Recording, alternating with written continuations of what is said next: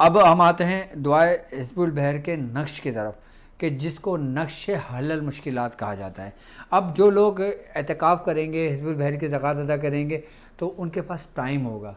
तो अब वो चाहते हैं कि अगर उनका हिज़्बुल बहर पढ़ाई के साथ साथ उनका नक्श भी जारी हो जाए तो वो इस नक्श की ज़कात अदा कर लें। मैं दुआ हिज़्बुल बहर का वो नक्श आपको तालीम कर रहा हूँ जो मुझ तक मेरे पीरो मुर्शिद से पहुँचा, और उन तक हज़रत उस्मान अली शाह से पहुँचा, उन तक हज़रत शाह इनायत हसन से पहुँचा, उन तक हज़रत शेख शाह मोहम्मद हसन भैंसूरी शरीफ रहमतुल्लाह अलैह से पहुँचा, उन तक नबी रज़ा शाह साहब, फिर उनसे अब्दुल हई शाह साहब, फिर मुखलिस रहमान जहांगीर रहमतुल्लाह अलैह से।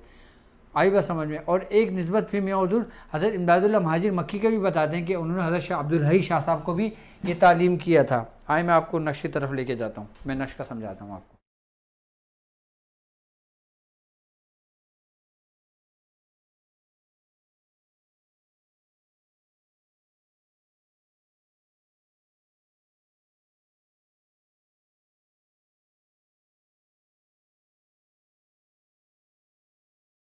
मारकर मारकर अच्छा, इससे इस नक्श को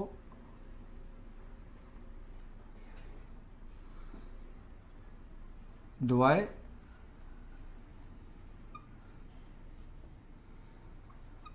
हिज़्बुल बहर, सही है। अरे यार ये नक्श ना थोड़ा सा बड़ा है, इसको ना फिर समझाने में मुश्किल होगी। नहीं, दूसरा वाला मोबाइल दो ना जो आईपैड में तुम देते थे मुझे, वो खराब होगा। नहीं अपने मोबाइल में मुझे दे दो। लक्ष्य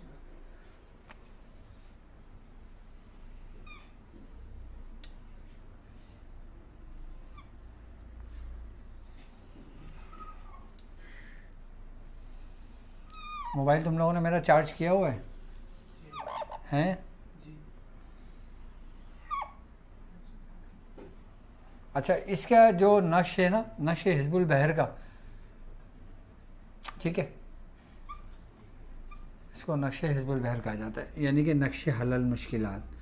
अच्छा, इस नक्श की पीडीएफ भी आपको मिल जाएगी, सही है, मैं आपको सेंड कर दूंगा।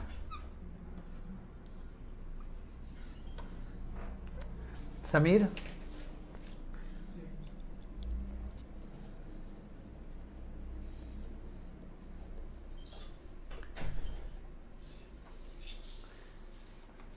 कहाँ है नक्श?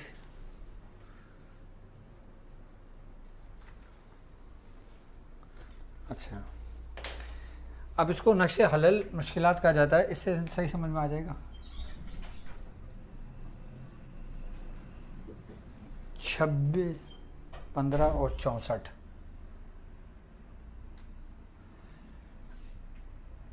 इसको मैं ब्लू मार्कर से भर देता हूँ ताकि आम लोगों के समझ में आ जाए। हाँ, ये समझ में आएगा। अब मैं पहले नक्श लिख लूँ, मैं उसके बाद में मैं इसके तरीक़ेकार आपको समझाऊंगा कि इस नक्श की ज़कात हम कैसे अदा करेंगे, और फिर इस नक्श से और जो हम दुआ हिज़्बुल बहर का अमल करेंगे, हम उससे किस तरह इसकी बरकतों को हम समेट सकते हैं।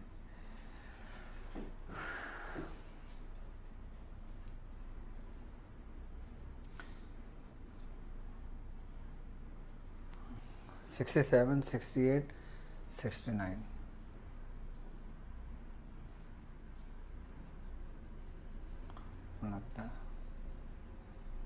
ये नक्श की ज़कात मैंने भी अदा की है, और मैंने भी इस नक्श को बहुत लिखा है और अपने बहुत मरीज़ों को दिया है। यहाँ तक कि जब मैं मियाँ हुज़ूर के साथ दवाखाने पर होता था तो मियाँ हुज़ूर मुझसे ये नक्श लिखवा कर अपने दराज में रखते थे और अपने मरीज़ों को यही नक्श देते थे हिफाजत के लिए। हिफाजत के लिए समझ लें कि इतना सरी तासीर नक्श है कि जिसकी कोई हद नहीं।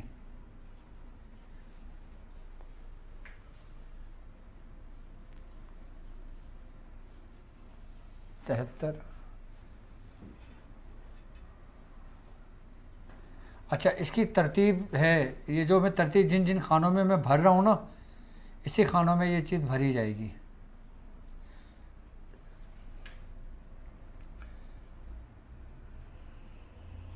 पचहत्तर, 76, ठीक है, शाबाश। 77, 79 80 79। अच्छा ये नश्क है, इस नश्क को इस नश्क को दुआए हिज़्बुल बहर कहा जाता है। इस नश्क को हल्ल मुश्किलात। अच्छा इस नश्क के जो PDF है ना वो लगाना।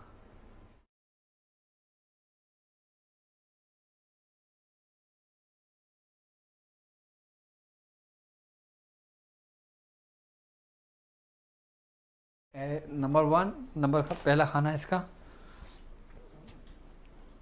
बस ये इस नश्क का ना आप लोग स्क्रीनशॉट ले लो, ठीक है। ये स्क्रीनशॉट ले लिया आपने, ठीक है। अच्छा ये नक्श डिस्क्रिप्शन में लिंक डाला है तुम लोगों ने। अच्छा इसके बाद ये डिस्क्रिप्शन में लिंक डाल देंगे आपको, उसमें भी आपको ये नक्श मिल जाएगा, ठीक है। अब इस नक्श को हटा दें, मैं तरतीब समझा देता हूँ इसकी, ठीक है। अब ये देखें तो ये नंबर 1 खाना ये है, ये पहला खाने से भरा जाएगा, ठीक है। इसके बाद दूसरा खाना ये है, ठीक है। तीसरा खाना ये है, चौथा, पांचवा, छठा, सातवां, आठवां, नवा, 10वां, 11वां, 12वां, 13वां खाना, 75 76 77 14वां खाना ये आ गया इधर, 15 और 16। अब ये जो दुआए हिज़्बुल बहर का जो नश्क है ये 16 खानों पर मुश्तमिल है और ये 34 के चाल पर है। यानी कि एक नश्क तो वो है ना जो 15 का नश्क है, यानी कि वो 9 खानों पर है। तो ये कितने खानों पे? 4 4 8 8 8 16 खानों पे, यानी कि 1 से लेकर 16 की गिनती है। अब 1 से लेकर 16 तक गिनती इसमें इस तरतीब से भरी जाती है कि इसको जहाँ से भी कैलकुलेशन करेंगे 34 का अदद बनेगा। अच्छा इसको अब जहाँ से भी कैलकुलेशन करोगे ना एक सेम वर्ड बनेगा। आई बात समझ में? अब इसकी तरतीब ये, नंबर 1 पहले ये खाना भरेंगे। आम लोग समझ लें कि जो हिज़्बुल बहर की ज़कात अदा करने बैठ रहे हैं, पहला खाना ये भरेंगे, दूसरा ये, तीसरा ये, चौथा ये, पाँचवा ये, छठा ये, सातवां, आठवां और 9 10 11 12 13 14 15 और 16। अच्छा ये जो अदद है ना, ये अदद भी नोट कर लें कि ये अदद क्या है। ये 2, ऐसे मैं लिख देता हूँ, 2 6 1 5 6 4, यानी कि 2,61,564 अदद हैं इसके। दुआ हिज़्बुल बहर के नश्क के अदद कितने बन रहे हैं? 2,61,564। अब दो हमने इसको अपनी तरतीब दूसरी गिनती में लिखे। अब इसको हम अगर इस तरतीब में लिखेंगे तो ये आ गया 2 6 1 5 6 और 4। 64 से शुरू होगा, यानी कि 26 15 64। फिर सुन लें, 26 15 64। 64 के बाद फिर 26 15 तो वो ही रहेगा, 64 के बाद गिनती चेंज होती जाएगी। 64 के बाद 65 65 66 67 68 69 70 71 72 73 74 75 76 77 78 79। ये नश्क है। अगर आप 3 दिन की ज़कात पे बैठ रहे हो हिज़्बुल बहर की, 6 7 8, तो आप ये नश्क 120 मरतबा ही रोज़ लिखोगे। इसमें थोड़ा आपको टाइम लगेगा, लेकिन आप 3 दिन के अंदर इसकी ज़कात पूरी हो जाएगी, ठीक है। 3 दिन तक, 3 दिन तक, यानी कि 6 7 और 8। इतने नक्श नहीं लिख सकते आप, इतने नक्श नहीं लिख सकते आप, तो फिर आप 40 नक्श रोज़ाना लिखें, ठीक है। 40 नक्श रोज़ाना आपने लिखना है 9 दिन तक, ठीक है। और आप 40 नक्श भी रोज़ नहीं लिख सकते तो आप 9 नक्श रोज़ाना नोट्स लिखें, 9 नक्श रोज़ाना 40 दिन तक,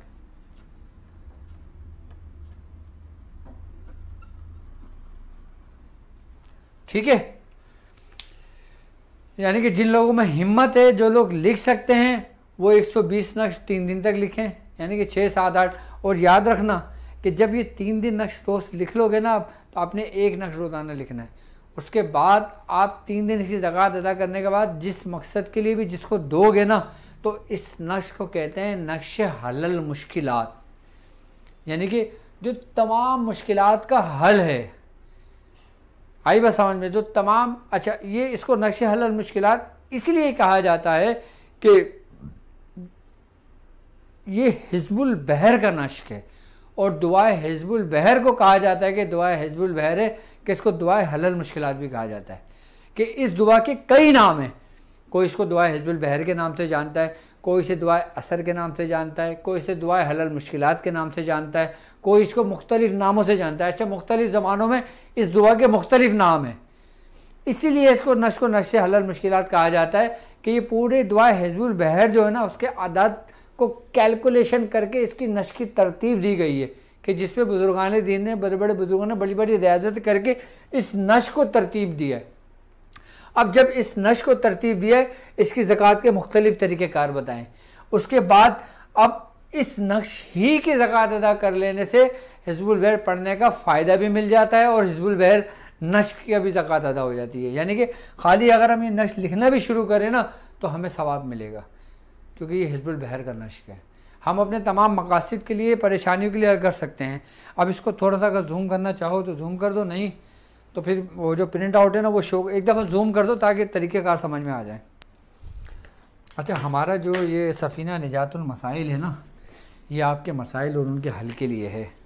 तो जाहिर सी बात है, इसके अंदर फिर आप लोगों को समझाना भी पड़ता है, बताना भी पड़ता है। देखिए, मैं आप लोगों से बारहा, पानी पिलाऊँ मुझे, मैं आप लोगों से बारहा ये बात कहता हूँ कि मेरे सिस्टम के ऊपर, मेरे सिलसिले के अंदर, और हमारे जो हमारा नेटवर्क है डॉक्टर अब्दुल वाजिद शाज़ली का, तो इसके अंदर आप ये ट्रांसमिशन भी अगर देखते हैं ना, और आप किसी मामले में परेशान हैं, किसी मुश्किलात में परेशान हैं, तो आप को हल आप ही की परेशानी का मेरी वीडियो के ज़रिए मिल जाएगा।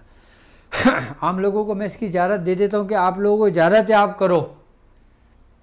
आप किसी बाबाओं के चक्रों में ना पड़ो, आप किसी ऐसे लोगों के चक्रों में ना पड़ो कि जिनको इलाज व मुआवजा करना नहीं आता, जिनको सिर्फ दम दुरूद करना आता है। देखो, अब एक शख्स मौलवी है, या एक शख्स जमात पढ़ाता है, एक शख्स नमाज़ पढ़ता है, ज़रूरी नहीं है कि वो ये काम जानता हो। वो सिर्फ आपको दुआ दे सकता है, वो आपके कुरान की आयत पढ़ के दम कर सकता है। कि जैसे एक जनरल फिजिशियन है और एक स्पेशलिस्ट है। स्पेशलिस्ट बनने के लिए अपना वक्त देना पड़ता है, अपना सब कुछ कुर्बान करना पड़ता है अपना। अगर आप इस रास्ते पर हैं, तो पहले इस रास्ते को समझने की ज़रूरत है।